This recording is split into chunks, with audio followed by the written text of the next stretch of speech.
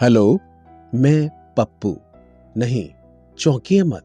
कोई तंज नहीं, कोई तलखी नहीं। जब आपने ये खूबसूरत नाम दिया है तो मुझे क्या एतराज हो सकता है। सबकी जिंदगी में कोई पप्पू, राजू, बबलू, गुड्डू या बिल्लू तो जरूर होता है जो बेहद करीब होता है। आप उससे खुलकर मिलते हैं, डरते नहीं। मैं भी वही हूँ। भाई, भतीजा, भांजा, दोस्त, पप्पू, राजू, बबलू और गुड्डू। वो जो आपको हंसाते हैं, बतियाते हैं और संभालते हैं, आपकी खुशियों को और आपके बिखराव को। जब आपसे अकेले ना संभल रहा हो कुछ और आप हाथ थामने वाला, कंधे दबाने वाला तलाश रहे हो, पहली कॉल किसे लगाते हैं?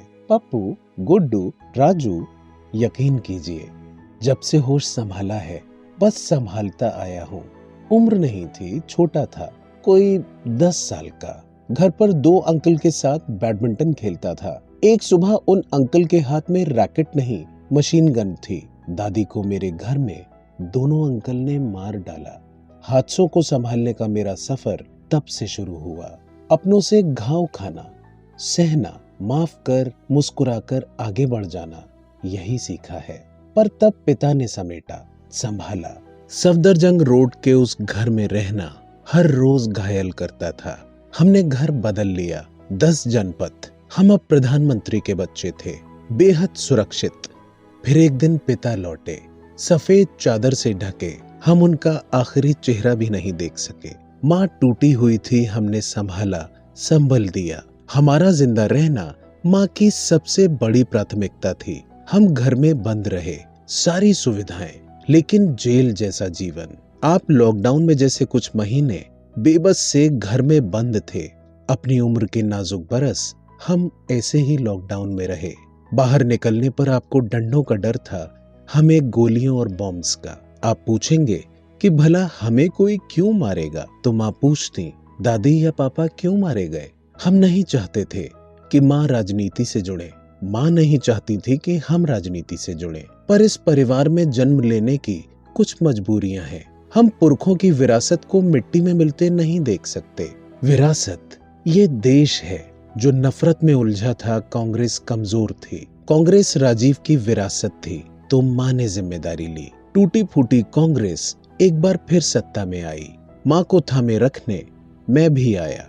राजकुमार की तरह स्वागत हुआ। Most eligible bachelor, future PM और जाने क्या क्या कहा आप लोगों ने।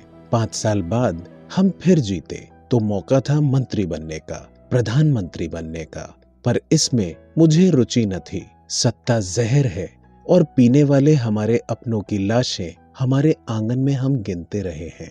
10 साल बाद हम चुनाव हारे। पहले लगा कि महज एक चुनाव की हार है, पर इस बार कुछ अलग था। सिर्फ सरकार नहीं बदली थी, यह देश बदला था, बड़ी तेजी से। इसका रंग, इसकी तासीर और इसकी दिशा। राजनीति में भाषा नहीं, पूरी व्यवस्था ही बदलने लगी।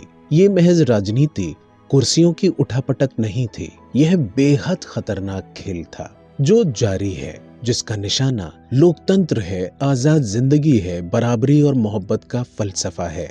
तो इसलिए निशाने पर मैं हूँ, आप भी हैं। दरअसल वो सब निशाने पर हैं जिनका फलसफा मोहब्बत और बराबरी है, और मुझसे ज्यादा मेरा सरनेम उनकी राह का रोड़ा है। मेरा होना जिंदा और वो भी सामने खड़ा उनका भय है। खड़ा रहना मेरी जिम्मेदारी है और यही मेरी ताकत भी। मानता हूँ मैंने चुनाव हारे हैं। एक बड़ी, बेहद बड़ी ताकत के हाथों मेरी हार हो रही है, बार बार हार हो रही है। पर मुझे हराने वाली ये ताकत भाजपा नहीं है, ये सरकार नहीं है। हराने वाली ताकत ये जनता है, आप हैं। इस देश का युवा है, छात्र, व्यापारी, किसान, कर्मचारी है, जो अपनी भूमिका, कर्म, आदर्श, इतिहास, अपनी खुद की जरूरत और ईश्वर प्रदत्त जिम्मेदारियों से मुंह फेरे बैठा है।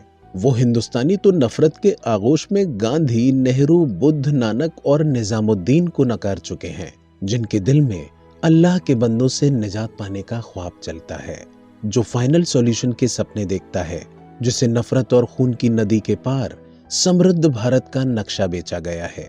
और मेरी नियति बिखरे हुओं को संभालना है, हंसना है, दिलासा देना है, जोड़ना है, भूलना, माफ करना, मुस्कुराना, हाथ थामना, गले लगाना, बस यही आता है। यही मेरी राजनीति है। आपको ये कमजोरी लगे तो ठीक है, आपका फैसला, मेरे सर माथे। पर जब आप नफरत कर कर के थक जाएं, दिल डूबने लगे, तो घबराएं नहीं। मैं यही हूँ, आसपास ही चल रहा हूँ, जोड़ रहा हूँ।